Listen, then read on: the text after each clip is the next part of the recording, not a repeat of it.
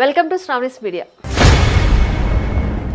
రాజధాని అమరావతి నిర్మాణ పనులు వేగంగా సాగుతున్న నేపథ్యంలో వరుసగా జరుగుతున్న అగ్ని ప్రమాదాలు ప్రభుత్వానికి తీవ్ర ఆందోళన కలిగిస్తున్నాయి. కూటమి ప్రభుత్వం ఏర్పడిన తర్వాత ఈ ఘటనలు పెరిగిన నేపథ్యంలో ముఖ్యమంత్రి నారా చంద్రబాబు నాయుడు ఇది కేవలం యాదృచ్ఛిక ప్రమాదాలా లేక రాజధాని అభివృద్ధిని అడ్డుకోవాలని ఎవరో కుట్ర చేస్తున్నారా అని సందేహం వ్యక్తం చేశారు.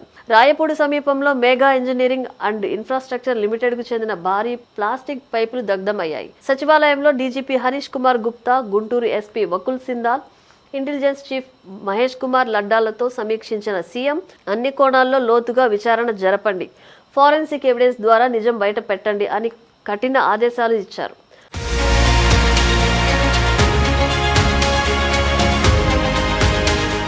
రాయపూడి సమీపంలోని హెచ్ఓడి టవర్ల నిర్మాణ ప్రాంతంలో ముఖ్య కార్యదర్శి బంగ్లాల వద్ద మెగా ఇంజనీరింగ్ అండ్ ఇన్ఫ్రాస్ట్రక్చర్ లిమిటెడ్కు చెందిన భారీ ప్లాస్టిక్ పైపులు దగ్ధమయ్యాయి. దగ్ధమైన పొగతో మంటలు వేగంగా వ్యాపించడంతో 3 అగ్నిమాపక వాహనాలు రంగంలోకి దిగి అదుపు చేశాయి.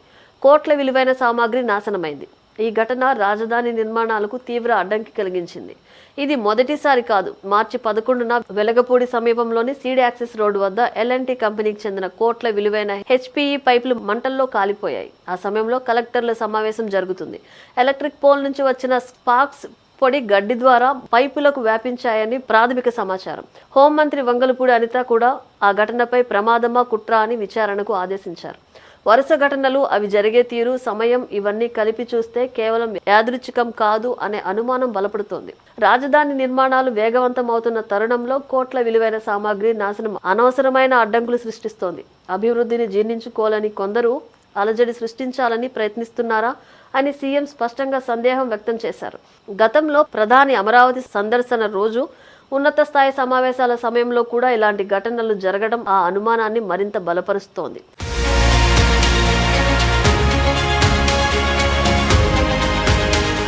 వరుస ప్రమాదాల నేపథ్యంలో ముఖ్యమంత్రి చంద్రబాబు అధికారులకు కీలక ఆదేశాలు జారీ చేశారు.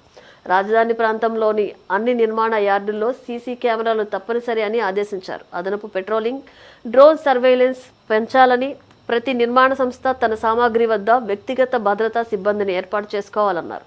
అనుమానితుల కదలికలు, రాకపోకలపై నిఘా పెట్టి ప్రశ్నించాలని, కుట్ర ఉంటే ఎట్టి పరిస్థితుల్లోనూ ఉపేక్షించవద్దు, కఠిన చర్యలు తీసుకోవాలని అధికారులను సీఎం హెచ్చరించారు.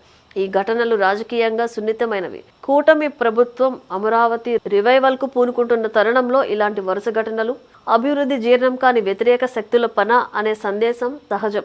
హోంమంత్రి అనిత కూడా కొందరు అభివృద్ధిని జీర్ణించుకోలేక ఇలాంటి పనులు చేస్తున్నారు అని అన్నారు. అయితే గుత్తేదారుల నిర్లక్ష్యం, భద్రతా లోపాలు కూడా కారణం కావచ్చనే విమర్శలు వినిపిస్తున్నాయి. Forensic report, CC camera footage, intelligence రిపోర్టులు వచ్చిన తర్వాత మాత్రమే నిజం బయటపడుతుంది.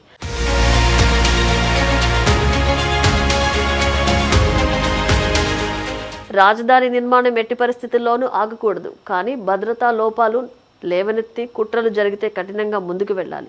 అమరావతి కేవలం ఒక రాజధాని కాదు, ఆంధ్రప్రదేశ్ భవిష్యత్తు. ఆ భవిష్యత్తును రక్షించడానికి ప్రభుత్వం సిద్ధంగా ఉంది. కానీ జనం, గుత్తేదారులు కూడా భద్రతా బాధ్యతను తీసుకోవాలి. విచారణ ఫలితాలు ఏమిటో చూడాలి. ప్రమాదాలా లేక కుట్ర? సమాధానం త్వరలో బయటపడుతుంది.